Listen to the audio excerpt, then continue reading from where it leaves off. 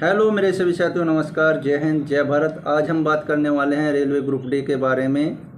तो आज हम बात करते हैं रेलवे ग्रुप डी की जो वैकेंसी 2025 की है, जिसकी विज्ञापन संख्या 09/2025 और जिसके फॉर्म आपके जनवरी 2026 में फॉर्म भरे गए थे, उसकी रेलवे भर्ती बोर्ड ने एग्ज़ाम डेट जारी कर दी है।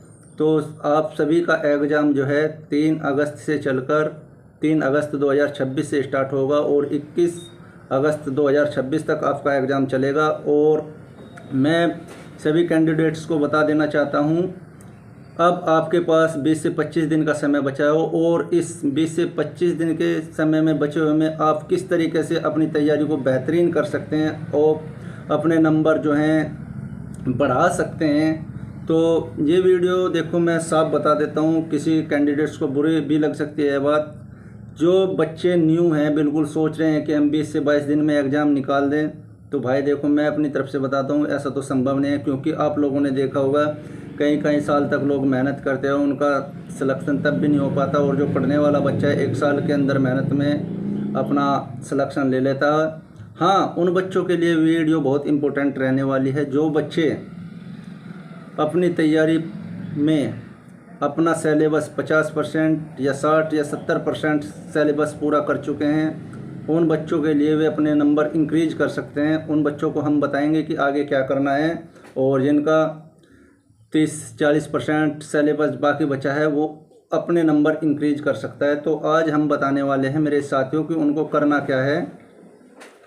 तो हम बताएं सभी साथियों को, पहले इसमें जो है आप लोग मैथ रीजनिंग तो सभी कर ले जाएंगे बच्चे, जो मेहनती बच्चे हैं, जो कहीं एग्ज़ाम निकाल भी चुके हैं और बाकी फाइनल मेरिट में रह जाते हैं 2-1 नंबर से, तो वे बच्चे इस एग्ज़ाम में भी पार्टिसिपेट करेंगे। और मैं सभी साथियों को बताना चाहता हूं कि जिन बच्चों का इतना सिलेबस कंप्लीट हो चुका है, अब उन बच्चों को करना क्या है। आप उन बच्चे को मैं बताऊं, मैथ रीजनिंग तो आपको कंप्लीट है, जो करना ही करना है। और उसमें सबसे बड़ी बात मैं बताऊं, आप लोगों को किसी की मैराथन क्लास नहीं देखनी, किसी की PDF वगैरह नहीं देखनी यूट्यूब वगैरह से।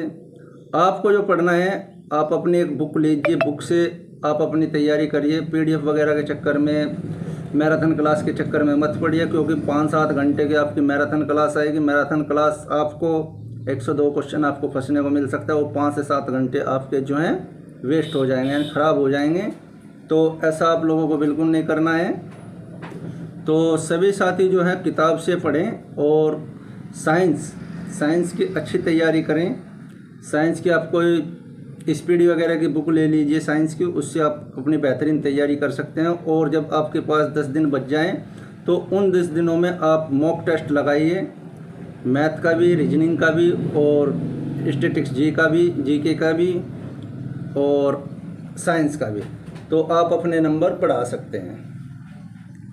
और अपना जो मॉक है वो आप कंप्यूटर वगैरह पे दीजिए, क्योंकि कंप्यूटर पे आपका CBT 1 होगा। तो क्योंकि आपका इसमें एक ही एग्ज़ाम है रेलवे ग्रुप डी में, तो आप अपनी तैयारी अच्छे से करें। और जो बच्चे मेहनती हैं और जिनका कंप्लीट हो चुका है, मैथ रीजनिंग कंप्लीट हो चुका है, तो वे बच्चे अपने जो हैं, उन्होंने एक नोट्स बुक बनाई होगी अपनी, उसमें अपने सूत्र वगैरह जो हैं, मैथ के सूत्र वगैरह और रीजनिंग के भी जो फार्मूलेज वगैरह हैं, सब अपना जैसा सिटिंग अरेंजमेंट वगैरह का जैसा आते हैं, सब चीज़ अपना एक कॉपी में लिख लेना और उसको दोहरा लेना, रिपीट कर लेना अच्छे तरीके से और फास्ट रिवीजन करना उस चीज़ का। आपको डेली आप भी 8 से 9 घंटे आप डेली पढ़िए और बुक से पढ़िए। मैं तो ये कहूँगा, आप साइंस की बुक ले लीजिए, स्टैटिस्टिक्स GK की बुक ले लीजिए। किसी क्लास के चक्कर में, मास्टरों के चक्कर में आप मत पढ़िए बिल्कुल भी, क्योंकि अगर आपको मास्टरों से पढ़ना होता तो अब आपके पास अब टाइम नहीं बचा। क्योंकि मास्टरों की आप क्लास लोगे तो उसमें 1 साल का कोर्स देते हैं, 1 साल में अपना कोर्स कंप्लीट करवाते हैं और मैराथन में आप 10 से 12 घंटे से ही ख़राब कर दोगे। तो आपको ऐसा नहीं करना है।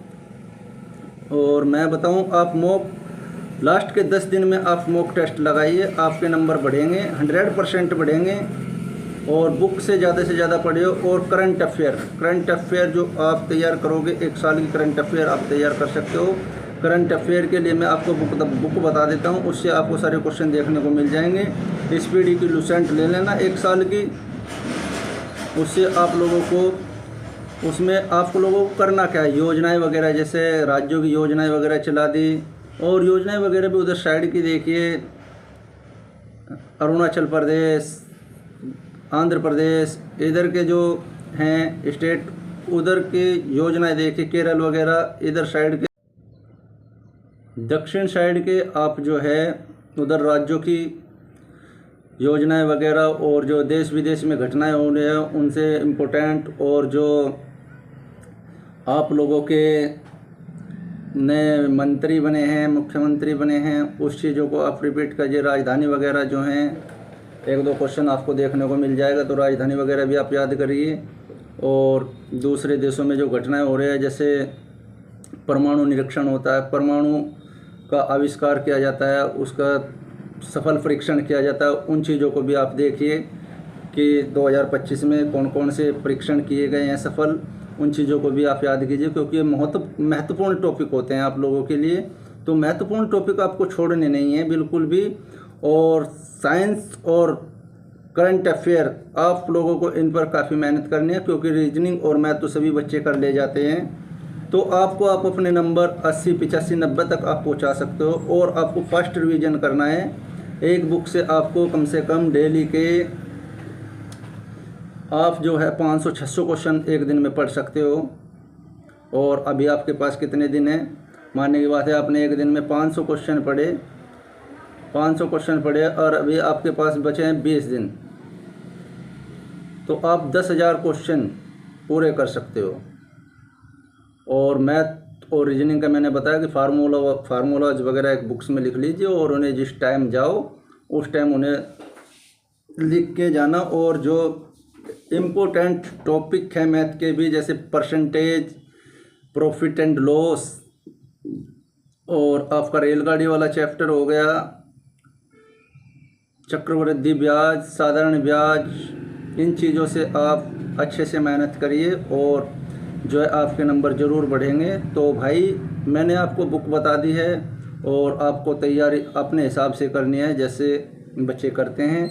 तो हम तो आपको गाइड ही कर सकते हैं कि मैं तो भाई ऐसे ही करता था, मैं फार्मूलाज वगैरह लिख लेता था, और इस तरीके से मैं अपनी तैयारी करता था। और जीके वगैरह भी मैं जो है कभी मैराथन वगैरह जब मैं जिस टाइम भर्ती हुआ उस टाइम तो इतनी वो नहीं थी, मैं तो बुक से ही पढ़ता था अपना, मैं बताऊं बुक से ही मैं कंप्लीट करता था। मास्टरों के चक्करों में मैं इतना नहीं पढ़ा, मैंने जो किया बुक से किया। मैं 5-7 बुक खरीद कर लाया और उसी से मैंने अपनी तैयारी की। तो आप लोग भी लगिए और मेहनत करिए, आप लोगों का सिलेक्शन ज़रूर होगा। और ज़्यादा से ज़्यादा मॉक टेस्ट दीजिए लास्ट के समय में, और आप अपना देख सकते हैं कि मॉक में आप सबसे पहले इजी क्वेश्चन करिए। जो इजी क्वेश्चन आपको लग रहे हैं, इजी क्वेश्चन आप सबसे पहले हल करेंगे, उसके बाद नॉर्मल क्वेश्चन हल करेंगे, उसके बाद आप हार्ड क्वेश्चन पे जाओगे। अगर हार्ड क्वेश्चन आपसे नहीं हो रहा तो आप आगे बढ़ सकते हैं। और अगर आप ये क्वेश्चन कर ले तो फिर आप हार्ड क्वेश्चन करने के भी, अगर आपके पास समय बचता है तो आप हार्ड क्वेश्चन को भी करने की कोशिश करना।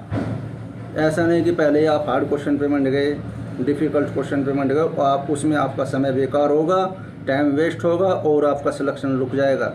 तो नॉर्मल क्वेश्चन करिए, इजी क्वेश्चन करिए सबसे पहले, और आगे बढ़ते जाइए अपने क्वेश्चनों को करते हुए। और इस तरीके से आप जो है टाइम बचता है तो हार्ड क्वेश्चन को भी आप करने की प्रैक्टिस कीजिए ज़्यादा से ज़्यादा। तो आप लोगों के नंबर 100% बढ़ेंगे, ये श्योर है। तो आप लगिए और मेहनत करिए। जय हिंद, जय भारत।